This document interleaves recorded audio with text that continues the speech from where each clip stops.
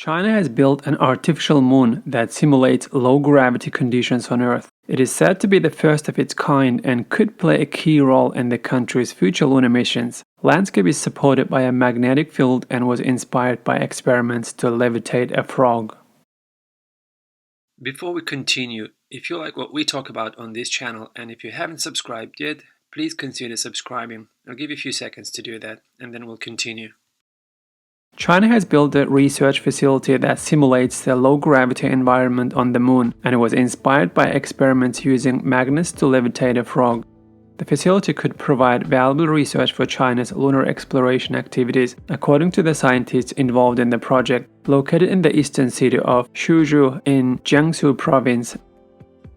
The simulator is expected to be officially launched in the coming months.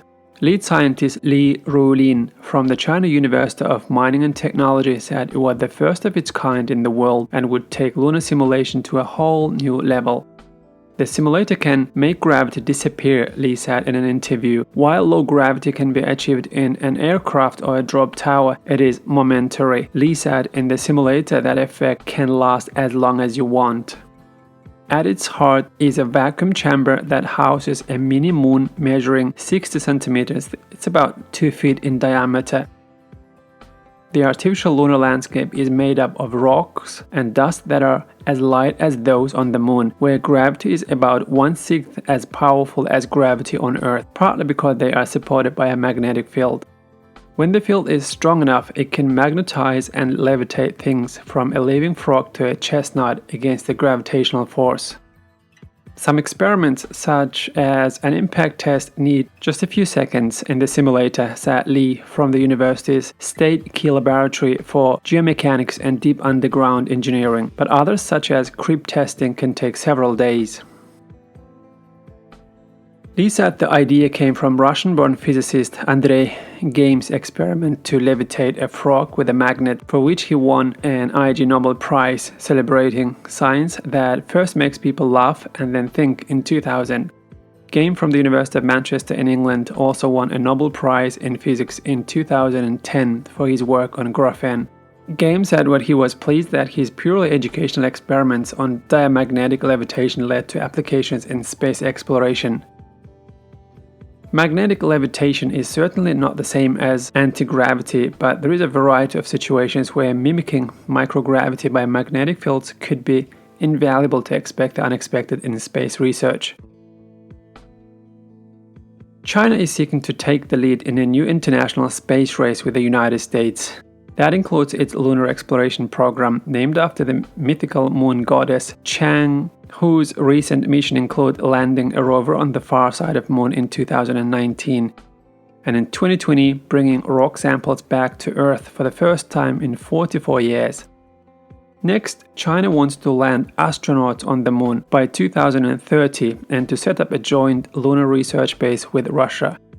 Chinese space authorities said recently that construction of the research station could start as soon as 2027, years ahead of schedule, amid concerns over US-led moves to set the rules for future lunar activities. NASA also plans to send astronauts back to the moon by 2024 under its Artemis program. The Chang'e facility is expected to play a key role in China's future lunar missions, including building infrastructure on the moon, Li said. It will allow scientists to test equipment and potentially prevent costly miscalculations in a simulation of the extreme lunar environment where rocks and dust can behave in a completely different way than they do on Earth. There is no atmosphere on the moon. The temperature can change quickly and dramatically, and in low gravity, soil particles are more loosely bound to each other. The Chang'e 5's mission returned with rock samples in December 2020, but there were not as many as planned because the drill hit unexpected resistance. Previous missions by the Soviet Union and United States have had similar issues. Experiments conducted on a smaller prototype simulator suggested drill resistance on the moon could be much higher than predicted by theoretical models. According to Li, the moon simulator could also be used to test whether new technology such as 3D printing could be used to build structures on the lunar surface. It could help assess whether a permanent human settlement could be built there, including issues like how well the surface traps heat. Some experiments conducted in the simulator environment can also give us some important clues, such as where to look for water trapped under the surface. Simulating the harsh lunar environment on Earth was no easy task. The magnetic force needed is so strong that it could tear apart components like superconducting wires. Add to that the many metallic components needed for the vacuum chamber, which do not function properly near a powerful magnet.